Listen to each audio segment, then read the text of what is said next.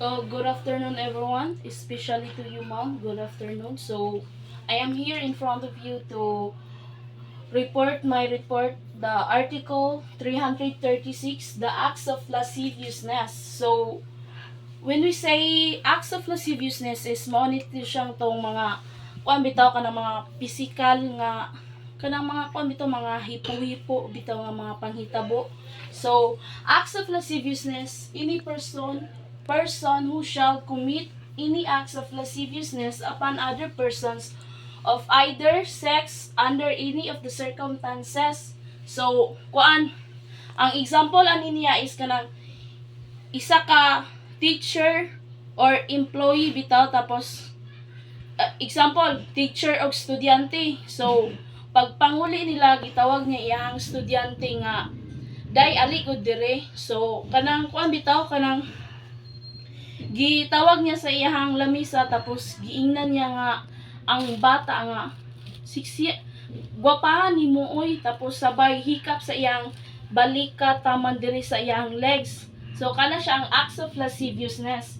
So ang acts of lasciviousness is naani siya tulo ka elements para malayable bitaw kani nga article kay na siya tulo ka elements. So ang elements niya is ang first elements niya is offender commits any acts of lasciviousness or lewdness. So kani siya is kanang, so the term lewd is commonly defined or something indecent or obscene.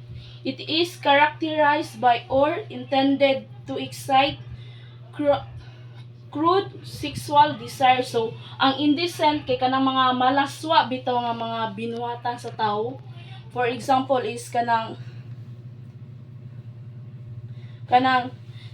naay usa ka tawo nga gi-force niyang babae nga gunitan iyang private parts, which is the bilat sa bai without the consent of the girl. So kuan kana siya ang indecent or obscene kana siya. So acts of lasciviousness is the act of making a physical contact with the body of another person for the purpose. So, kung sa acts of lasciviousness kanang mga komita example kanang nay mga tambay tapos naabitay ni agi nga sexy nga bai tapos kanang grabe gud sila makatutok sa legs sa bae kay tungod po sa kanang sinutan po sa tao. So kanang siyang acts of lasciviousness.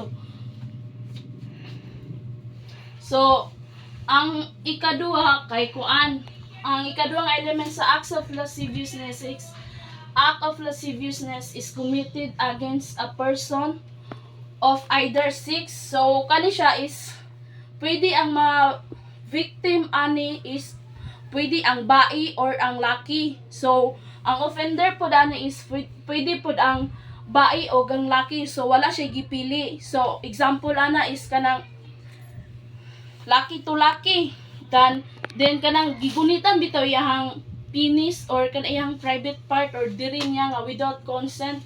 So pwede po siya nga maka-file ani nga kaso acts of lasciviousness kay kuan gud kanang nakakuan gud diri kay wala bitaw gipili ang kaning elements niya nga number 2 nga wala siya gipili nga pwede mabiktima ang laki, pwede pud mabai ang biktima, pwede pud ang offender niya kay laki or bai. So ang ikatulo niyang elements is it is done under the following circumstances. So natay ABC. So ang B by using force or intimidation. So if ang usa ka tawo kay gigamitan bitaw niya ang isa pod ka tawo og force or threat bitaw kanang gihadlok niya.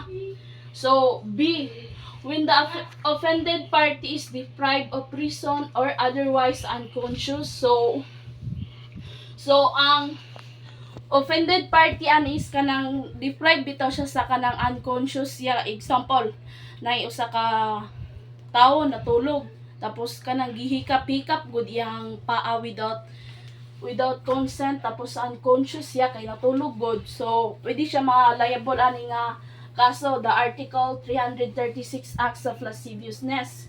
So, C. When the offended party is under 12 years of age. So, kani siya,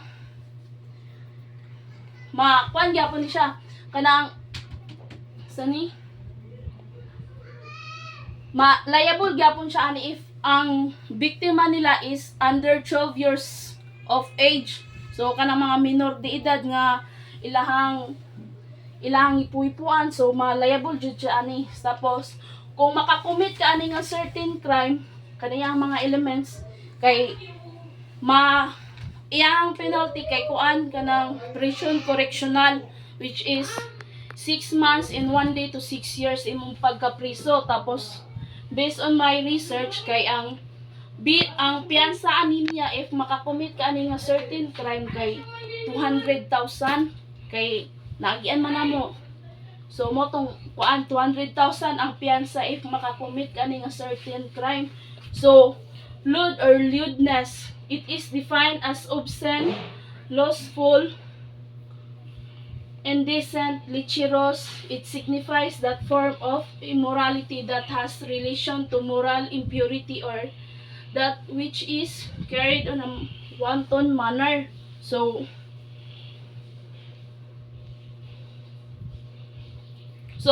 ang example aning lewd or lewdness kay kuan kanang example si Castillo nasa sa jeep, tapos kanang kuan bitaw nang siya nakasabayan nga sexy nga bae, tapos giingnan niya nga siksiyan nimo oy,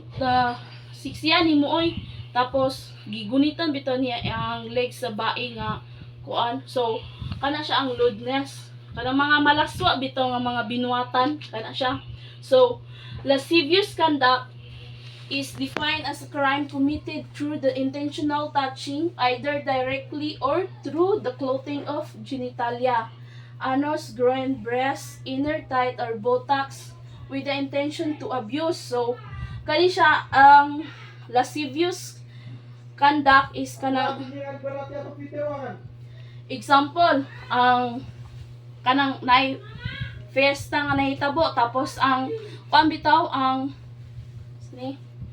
iyang barkada, ang anak sa iyang barkada, di ba nahubog na sila. Tapos ang anak sa iyang barkada kay kuan kanang nakitaan bitaw niya, tapos giingnan niya nga gidagan niya, tapos iyang gihag bitaw, tapos gigunitan niya ang lubot sa bae, tapos kanang kuan good or kanang iyang gihimas-himas ang dibdib sa kaning tutoy sa bae nga without the consent of the parents or without the consent of the kanang kuan biktima. Mo tong makuan gyud siya lascivious conduct kay kuan man, it is defined as a crime committed through the intentional touching. So intention jud niya nga iyang hihag ang bae para makagunit siya sa lubot sa bae, makahikap siya sa lawas. So kana siya ang Article 336, the Acts of Lasciviousness. And that's all.